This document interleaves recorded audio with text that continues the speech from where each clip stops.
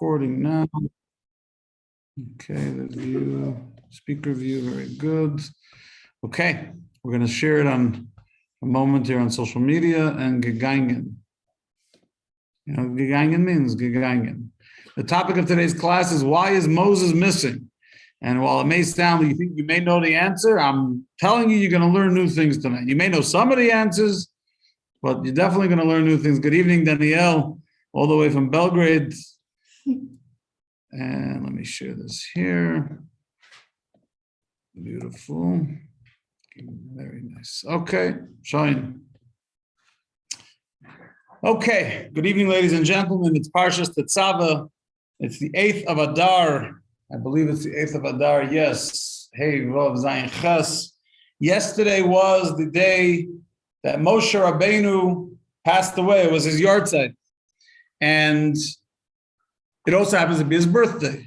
Moshe was born and passed away on the same day, on the 7th of Adar. Right? That was the big mistake that Haman made, that Haman made in the story of Purim, that he said, "Ooh, he picked a good month to kill the Jews because it's the month in which Moses passed away." And he forgot that it was also the month in which Moses was born, and it didn't go so well for Haman. And that's why in a month from now, we're going to celebrate Purim. So today is the 8th of Adar. We're learning the portion of Tetzaveh, which if you look at the portions in general, the portion of Tetzaveh is primarily focused on the clothing, the garments that the priest and the high priest wore in the tabernacle and temple, the beautiful, godly described garments that the Jews were supposed to put together. And right at the beginning, it begins with these words on page 501 in English, Ve'ata tetzaveh b'nei Yisrael, ve'yikhu elecha shemen zayis zoch, kosis lamor lahalis ner tamid, which translates in English as, and you should command the children of Israel, they should bring to you clear olive oil crushed for lighting to ignite the lamp until it burns continually.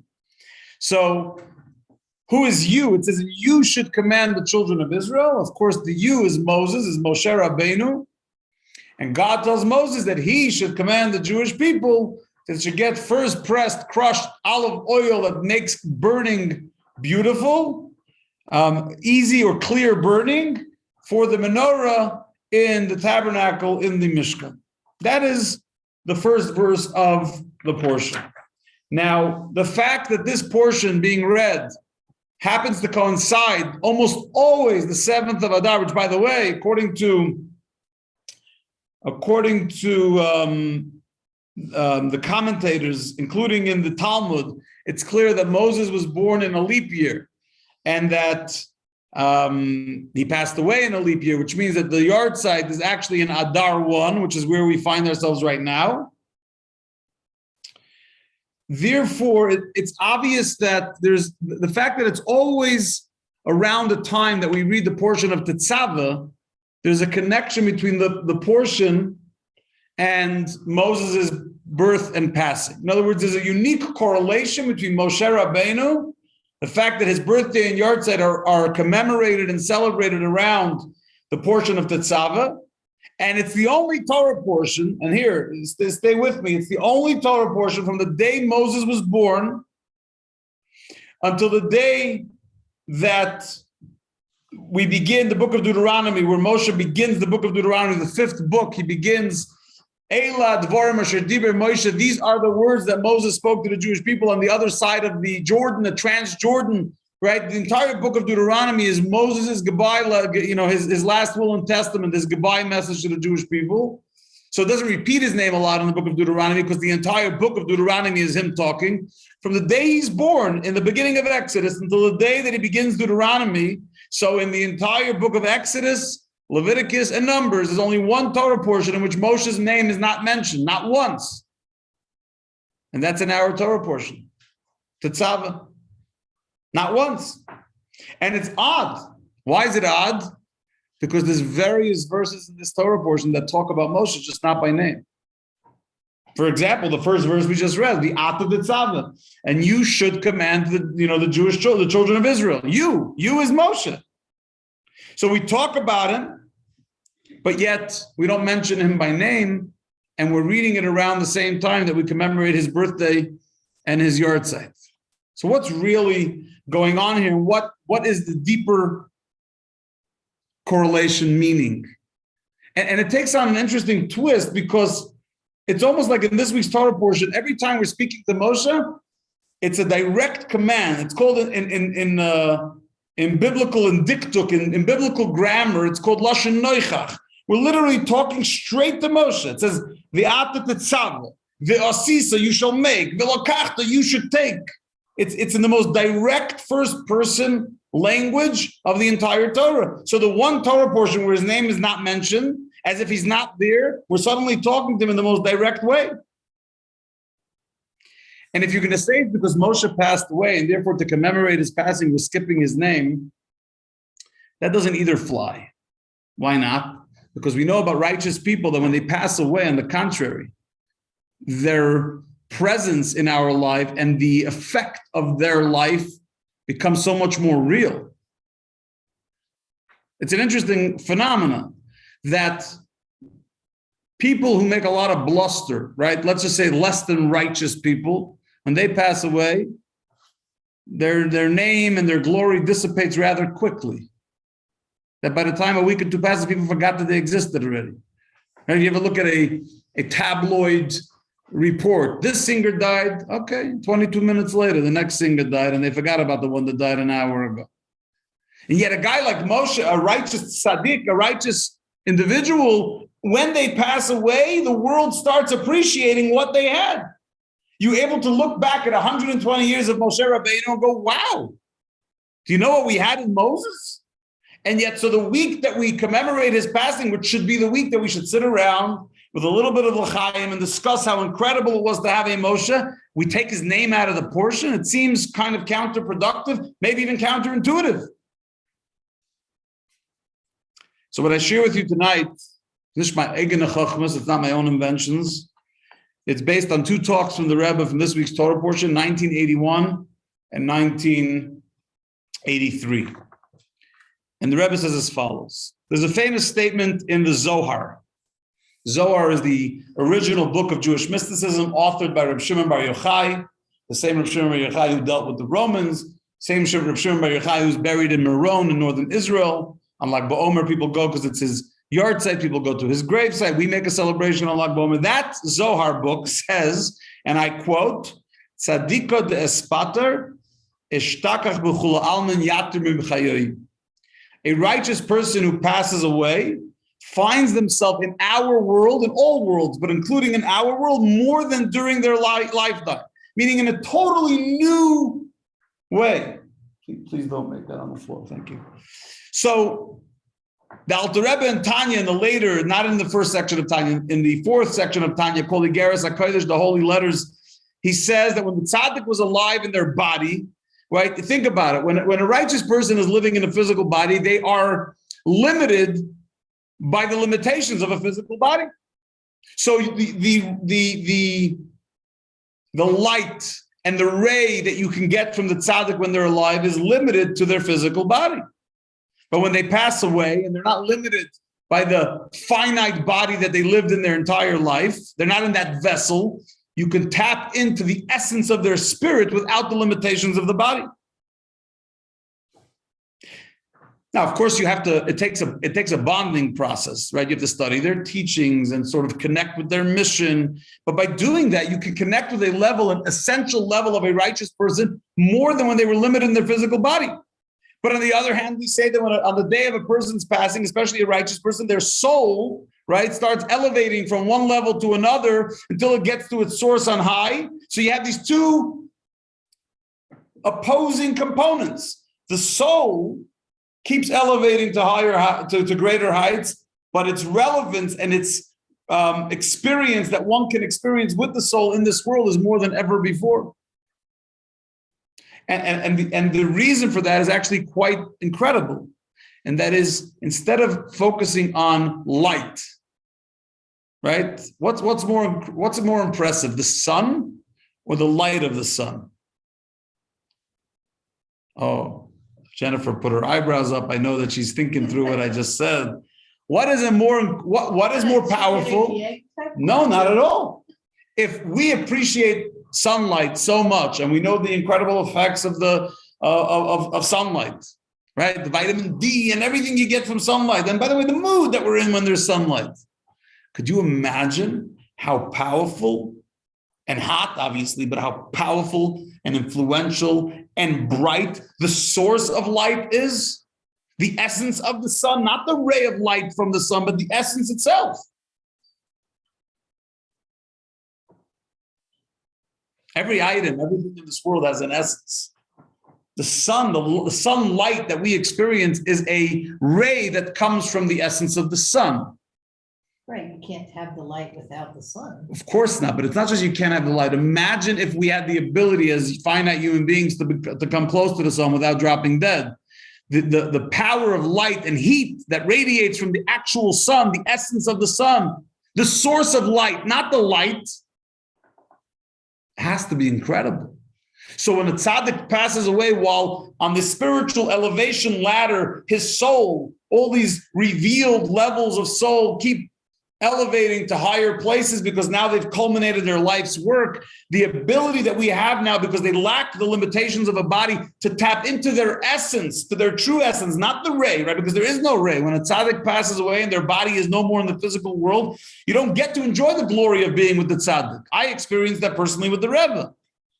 When the Rebbe passed away, we lost his body. We lost his physical presence, which was an incredible loss because we enjoy, as finite human beings, we enjoy having the interaction with the external factors of people that inspire us and people that guide us and people that brighten our lives.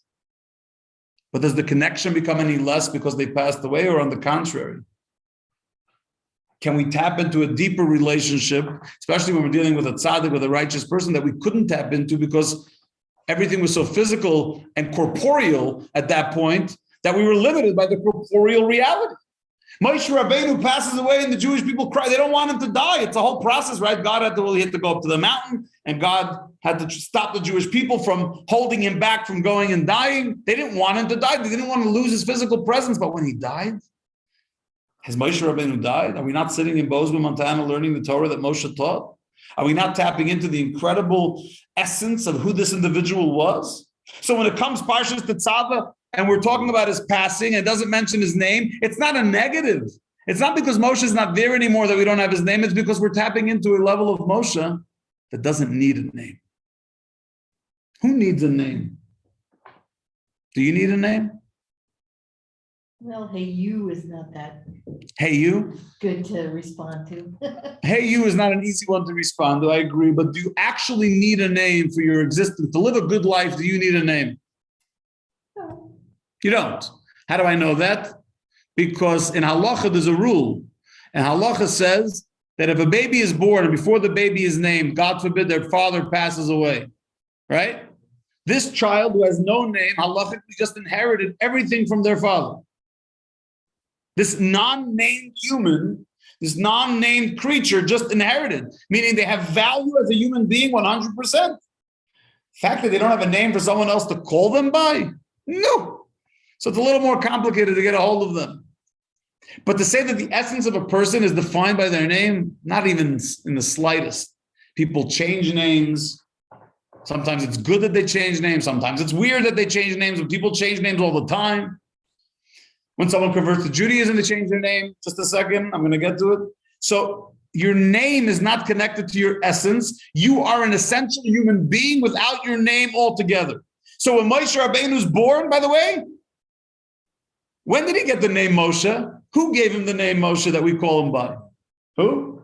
Very good. Chaya says Batya, right? His adoptive mother, Moses' adoptive mother, Pharaoh's daughter, the princess, is the one that gave him the name Moshe. That wasn't his name when he was born, and yet he managed to survive without the name Moshe for all those years until Batya gave him a name. And so when we're talking about Moshe's passing and his name is mentioned, it's not because he's not there. On the contrary, you see the terms used for Moshe in this week's Torah portion are so direct in the first person. You should command, and you should take, and you should do. Because we're talking directly to Moshe in his essence, because we finally can tap into his essence now that he isn't alive and limited by the physicality anymore. Go ahead, Nanda. What was your question? You always say that also a name is part of the essence of the person. That's when he's sick, you'll add, say, a Chaim or a Baruch. Very good. So Mendel has a good point, which is in Chassidus, we talk about that a name does connect with the essence. For example, if someone's fainting, One of the things Chassidus always says is that you'll see that even doctors, nurses, EMTs, one of the ways you can tell where that person's at is if you call their name and what their response is, right? So it's really connected to a deep part of them. And another example is if God forbid someone's not doing well, we add names like Chaim, Raphael, names that mean healing or life. So sure, a name could be very much connected to our essence, but it's not our essence. So it's not a contradiction. You can have something that connects to your essence. But the question, how do you know its vitality, is what happens if it's not there anymore? If it goes away, can you live? I love my name. But can I live the rest of my life without a name? First of all, most people say rabbi. No one even calls me by name. Very few. And I do just fine. So you can get a nickname. Hey, you, what do you call it? Hey, you. But to say that Moshe's essence was defined by a name given to him a long time after his birth by an Egyptian princess, that's the definition of who Moshe was? No. So when he passes away, we're not saying, oh, Moshe passed away, why should we mention his name in the Torah portion? That's a Litvish way of looking at it. It's not a Chassidish way of looking at it. And the Chassidish way of looking at it is, oh my gosh, Moshe passed away, we now can tap into Moshe's essence. We don't need the name anymore. Throw the name out for a week so we can focus on him, on his essence, which isn't limited by any of that. And it takes it down a path known as remez. And what I mean by that is, if you look at the interpretations of the Torah, right? If you look at the various interpretations of the Torah, there's 4 primary ways of studying Torah. Obviously, there's 70 ways of learning Torah, but there's 4 paths of understanding Torah. They're called Pshat, Remez, Drush, and Sod. I'll explain what each of them means, but generally they are connected to the 4 names, the 4 letters of God's ultimate name, the Tetragrammaton, Yud Kei Vav Kei. And they are Pshat. Pshat means the basic, the most apparent plain, well, not the apparent. It means the most basic literal meaning of the verse, but don't misunderstand it to mean that it's the most apparent meaning. It's not, because that's how you have all these mistranslations. Pshat actually means the explanation of the text based on the tradition as it was handed down at Sinai, how we understand the verses on the most basic level as given by Moses. The second is called remez. Remez means the literal meaning of, remez departs from the literal meaning of the verse, and it gives you hints and allusions, like linguistic analysis, that's included in remez and hints, or gematria, which are basic techniques of numerical value of the words, that's included in remez. The third is called drush. Drush is an homiletical exposition of the text, so it includes moralistic homilies of morals that we can sort of extrapolate from a verse, or halachic ideas that we can associate. And then there's Sod. Sod is mysticism.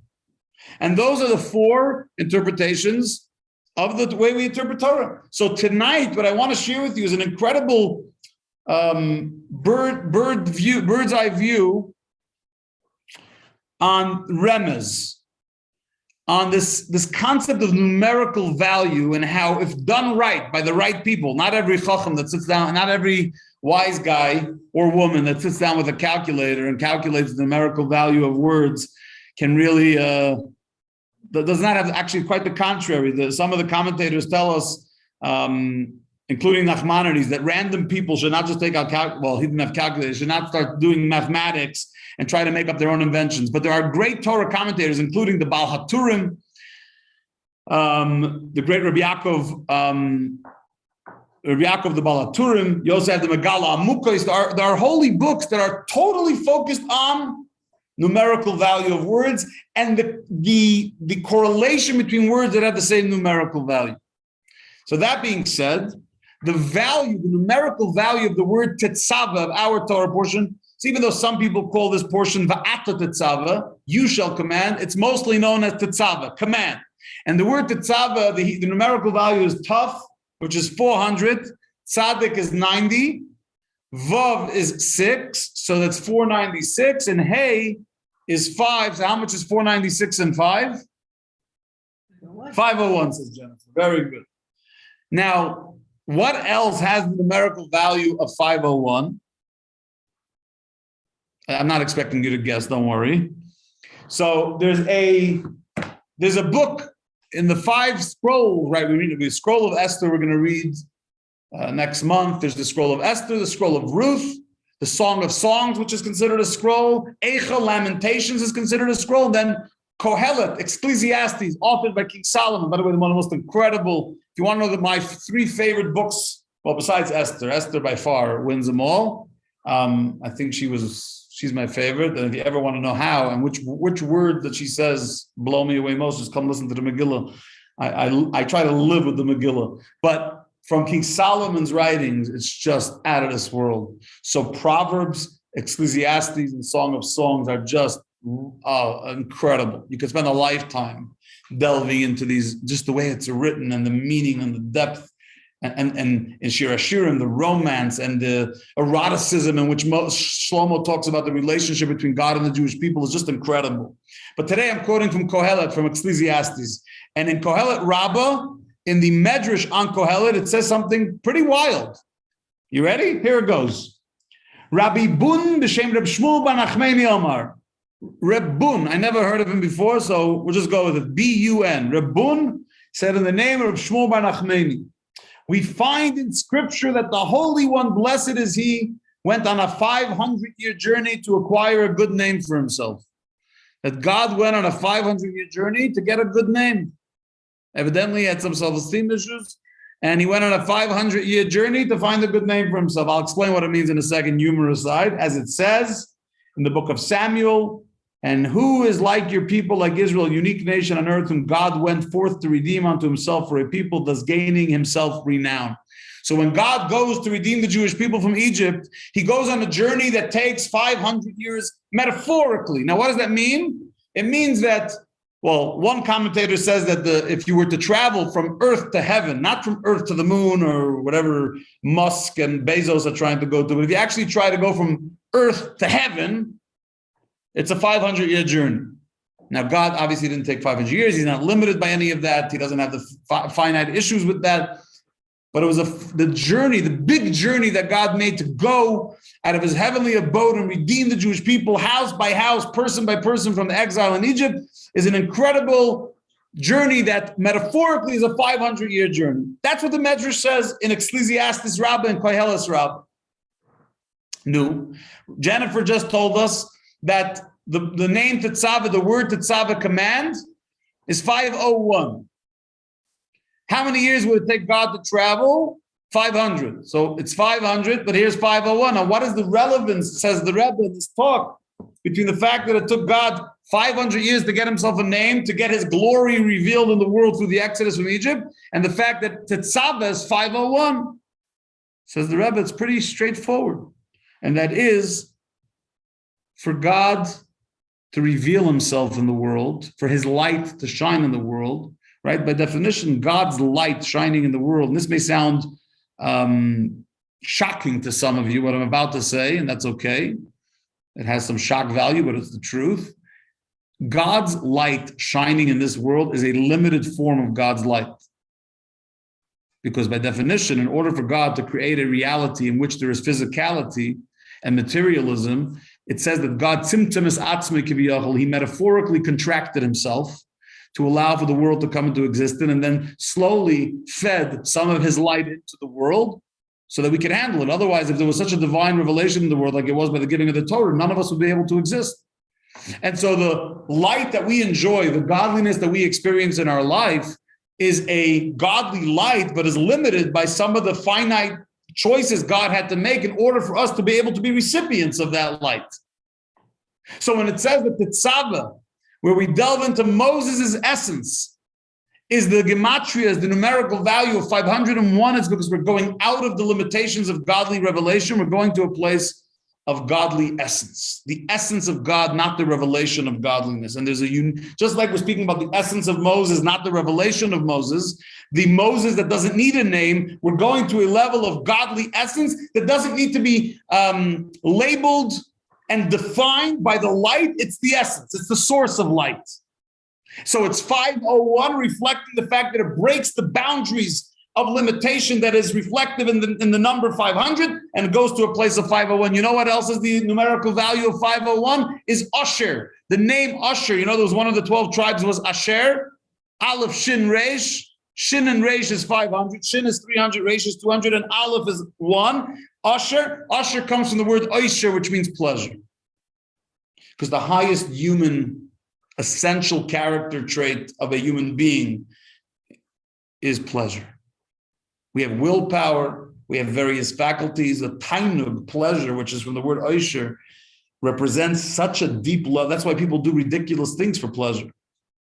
Makes no sense. It breaks all limitations of sanity even and emotional boundaries because we have pleasure. Pleasure is the greatest thing of all. The greatest thing in human because it already taps into the supernatural, it taps into the level that breaks limitations. And so when we come to the Parsha of Tetzaveh, and we're talking about how we can relate to Moses at his essence, it naturally connects us to Tetzaveh. It allows us that bond that we have at Moses' essence, the Moses that exists within each of us. Zisi, what's the song called?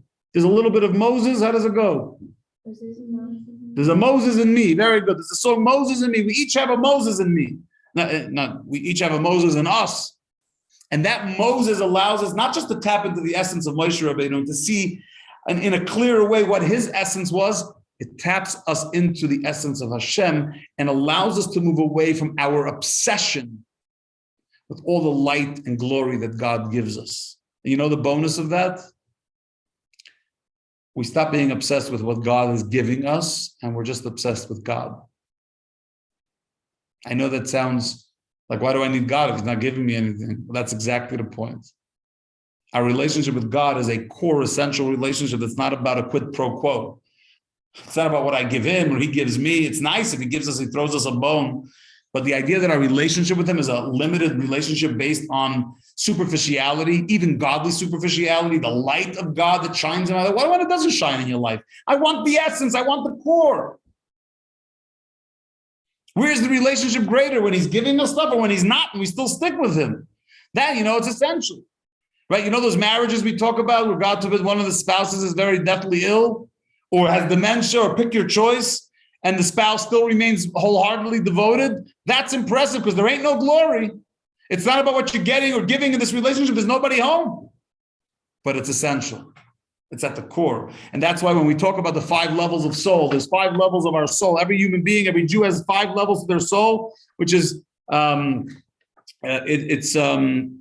Shemus Nikula. There are 5 levels, and the highest 2 levels are Nefesh, Ruach, Neshama, Chaya, Yechida. Those are the 5 levels. Nefesh, Ruach, Neshama, Chaya, and Yechida, which all sound about the same. And all 5 of them are still limited compared to the essence of the soul. So here's another trivia, right? So every one of these 5 levels of the soul have incredible experiences, and they have different faculties and way they're expressed. But that's all within even the highest level, Chayim Yechida, at some level that's finite. We want the essence. There was an incredible moment. The Alter Rebbe, the founder of the Hasidic movement, said, Ich will nicht dein Elam Haba. Ich will nicht dein Gan Eden. I don't want your Garden of Eden. I don't want your world to come. Im Choloi Chafatzti, he quotes King David in Psalms. I don't want to be with your stuff. I don't want to be with God's stuff. Ich will mehr nicht as dich allein. I want you and you yourself. It's like the famous Medrash. A king comes to town, a president comes to town. And you have one person in town that hangs out with the Ifrichin. He wants to get to know the finance minister. The next one says, I want Istratilutin. I want to hang out with the foreign minister. The next one says, I want Istratilutin. I want the next Chacham. I want to hang out with the Secretary of Defense. And then there's one person that says, Ano Nosiv Malka. I want the king. You guys got so caught up in what you're going to get. So you want to know the finance minister. You want to know the defense minister because it's all about you. This is not about me. I just want to be able to be in the king's presence. Ich will mir nicht as dich allein. Tetzaveh is 501. It breaks the finite experience. It breaks the I need and I want from God and I get from God and God is shining this at me and showering me with this. It's not about that. It's just about me and Hashem having a moment at the essence, at the core. Which explains something else. If you ever look in your Chumash, if you ever look in your, most of the Chumashim, I can't say all, but at the end of each Parsha, there's something called a mnemonic. It tells you how many verses are in that particular Parsha, in that particular portion. Then it gives you a random word or two that is somehow connected to the Parsha. And to be honest, I mean, I'm 40, I've yet to delve really deep into each Parsha. Right, by the time you get to the end of the Parsha, you're not left with a lot of time to focus on the mnemonic at the end of the Parsha. But at the end of our Parsha, at the end of Tetzaveh, it says that there's 101 verses. Not 501, 101. And then it says the word that's connected to it is the word, the mnemonic Michoel, the name Michoel. And so, first of all, what's the 101? Right? How does it connect to everything we just said? And what does Mechol have to do with anything? We have 2 Mechols in our shul right now. How does that connect? So what the Rebbe says is that there's a famous Talmudic statement. Talmud says that there used to be someone, right? The difference between learning something 100 times versus learning it 101 times. Is there a value? If you're learning the same topic 100 times, and then you want to learn 101 times, does that have any value? The answer is, says the Talmud, of course. And what does it compare to? To an Uber ride. Except the Talmud doesn't talk about an Uber, it talks about a donkey. But let's just use an Uber because it's the same reality, right? So if you take an Uber from here, from Bozeman to Livingston, it's 30 miles. So let's say the Uber costs $100 from here to Livingston. Then you say, you know what? I actually want to go to Clyde Park. Oh, Clyde Park? That's going to be a whole different animal. Why? Because that extra ride I got to take, it's not in my comfort zone. It's out of my normal, right? In New York, if you ever take a yellow cab, there's like 17 extra. You went at night, you crossed a bridge, you went in a tunnel, and for every move you make, there's another $7 they add to besides for the tolls, they add you to another. By the time you get to the destination, you're wondering why you didn't just walk. So the Talmud says that when you learn 100 times, it's nice. But when you do the extra effort and you do it 101, it knocks it into your head in a way that almost supersedes the 100 times before because you went so much out of your comfort zone to increase the knowledge. So when it comes to our parsha, it says 101 verses. It's because 101 takes you to the essence, to the core. Just like we said about 501, it takes you out of the 500 limitation to 501. It gets you to the essence, not to the light. 101 takes you a step above. And that's why Mechol is mentioned, the angel Mechol, because we talk a lot about the Kohen Gadol and his clothing, and the Kohen Gadol is compared to the angel Mechol, which is, again, it's out of the realm. It's an angel. It's out of the realm of what we can deal with in our physical limited space. But thinking about everything the Rebbe discussed, which I know for some of you, and I knew this coming in. I don't want you to think I'm oblivious or naive. I mean, I am, just not about this. I knew that this was a lot of deep mystical stuff. Remez, it was the interpretations of the Torah that are very much hinted in numerical values. First of all, it's an important part of the Torah. We can't just ignore it because it's not as juicy as a Medrash story. But more importantly, it's a reminder to us that in our relationships, whether it's our relationship with Moses, our relationship with God, our relationship with friends, family, spouses, children, we need to learn to step away from the limited, finite, self-indulging type of relationships where it's all about what I receive. If you wake up every day asking what you're going to receive from your spouse, from your children, from God, from your Moses, you're going to be in really, really miserable shape. First of all, you're not going to get everything you want. Most of the time you won't. Second of all, it's such a superficial relationship. You want your relationship with Moses to be based on what he does for you? Or do you want your relationship with him to be based on his essence, which is this most incredible prophetic soul that stood at Sinai and spent 40 days on the mountain to give a Torah, and you want to limit it to some finite thing? Or do you want to tap into the depth and essence of Moses without his name, just him? And the same thing with God. You want a relationship with God that's just limited to what he gives me and what I give him and vice versa. And this whole game of what we give each other and what we gain from it. It's not who we are as Jews. It's not what we do.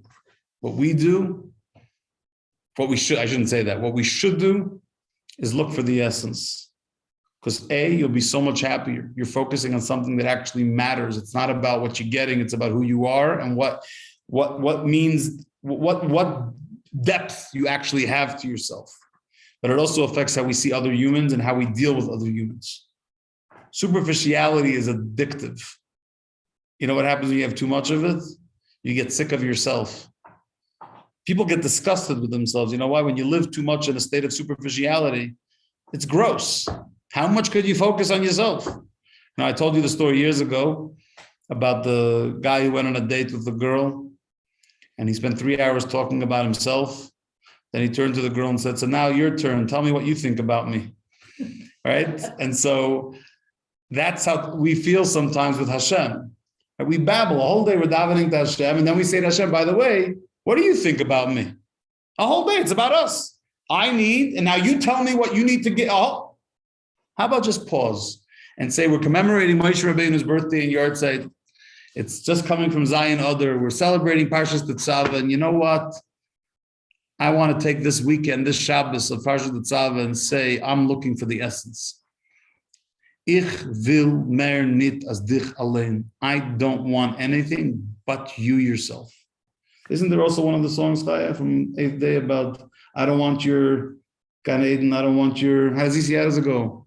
I don't want your, huh? I don't want your Gan Eden, I don't want your Eilam Hava. Yeah, I don't want your Eilam Hava. Yeah. It's in the song? Yeah. Okay, you see, there's even a song for it. If you want, maybe later I'll find it, I'll send it to you guys. So that's the memo. That's the message.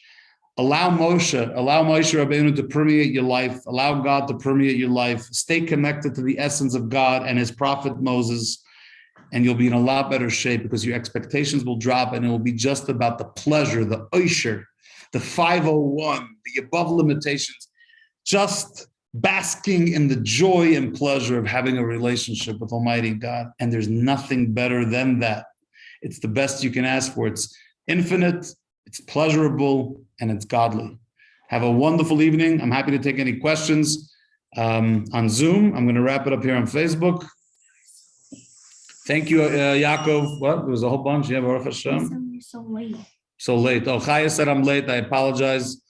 Chaya is my time director. I'm going to unmute you. Well, actually, you probably unmute yourselves. I have a question. Go ahead, Jennifer. Okay, it's in the parsha, but not about what you were talking about. So it says this is an eternal law for the children of Israel. Do very many of the commandments say this is an eternal law? Many of them, yeah. Yeah. Not all, but many, many. So the ones that don't say that, what does that mean? So there's, in Jewish mysticism, there's a lot of discussion about what that means. The context of each one would have to be assessed individually, and there are books there are Torah books that assess it. The question is not if the other ones are eternal. The question is why these specific ones say eternal, and each time it says eternal, it's to come forewarn us about you shouldn't think X, Y, and Z. These are eternal. So are there any that more or less have a sunset clause or Well, sure. don't apply anymore? Well, sure. There are commandments that are only when there's a temple. Oh, yeah, we've talked about that before. There are commandments that wouldn't apply to you.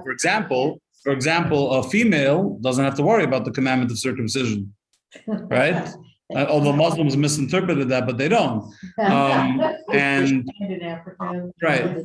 And so there are many mitzvahs that don't apply to us, but there doesn't mean they lack eternity. They just mean they lack eternity for us. They apply to the men eternally. Correct.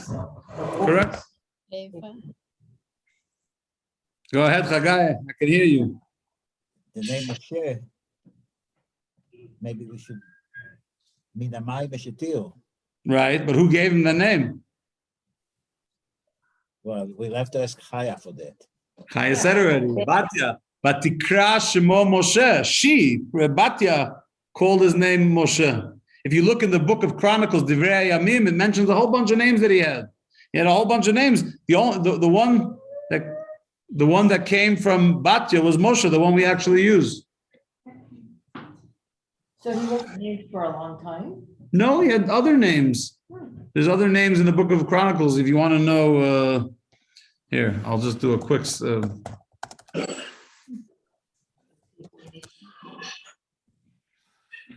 So, you're on the computer. So it says here, for example, that Yekutiel was one of his names. Yekutiel, Yered, right? Yered is one of his names. Chever. So there's a whole bunch of them that are listed of names that he had. But the one Moshe that came from Batya. Anyone else? Ruth, any questions? Linda? Did we go too deep for you? Or you're still good with us? Yeah. You should hire me whenever you need someone to put you to bed. You can always count on me. Rabbi, that was so deep and so unique and special. It was definitely different. And when I read it, I said, should I go for it? Should I not? I said, you know what? I have faith in the people that come to class. They can take a dose of of a deeper layer of mysticism that we normally don't go there. It's not like we're going to do this every week, but I said, you know what? We got to rack those brains. These brains are getting fried. They're being fried by television and the internet and the Super Bowl and the Chres and Valentine's Day, all these religions that have nothing to do with us. We got to, And crazy fun. and crazy clients. We got to permeate the brain with depth. And even if we don't understand everything, it gives us food for thought. And that's most important. Any class that doesn't give you food for thought to think about after the class, Toigav Kaparos, is worthless. But if you could think about it later, Yeah. you're in good shape. Yeah, I'm going to have to listen to it a couple of times. I'm so glad it's on Facebook and I It's can. on Facebook and I recorded. I'm going to upload it to YouTube too because I have a friend in Flatbush that has. So we'll have it out there, but it'll definitely be on Facebook. And if you have questions on it, I'm happy to answer to the best of my ability. Mysticism is not so hot for me either, but we got to go there. Go ahead, Linda. Rabbi, it's not a question about class, but I have a nephew, Chaim, who lives in Dallas. And I would love for him to listen to this particular lesson that you gave tonight. How can he get it? How can he? When I upload it tomorrow to YouTube, I'll send you a link and you can just forward it to him. Okay, you always upload to YouTube? Lately, I've started because a friend of mine in Flatbush asked me to. So it's not only on Facebook now. Now I also try to upload it to YouTube. Okay, and it's under Rabbi Chaim. I'll send you the link. Perfect. So I can watch the YouTubes. It'll be under that link all the time. It should, yes. Okay. It doesn't give you an excuse not to come to class. It just means you can watch it again later. No, chas v'chalila. Okay, good. Okay, I'm gonna go take the kids home. Anyone else have questions before I roll out? All right, tell the children one thing, that Monday is Bear's 9th birthday. You heard, guys? We spoke about Moshe Rabbeinu's birthday. Now we covered Bear's birthday. We're covered all ground today. Wait, his birthday's on Valentine's Day? Yes, Oh, pure love. that's it. Saint Valentine would be so proud. It has real sources and real deep places, Valentine's Doesn't Day. it? Thank you so much. I'll see you guys later. Okay,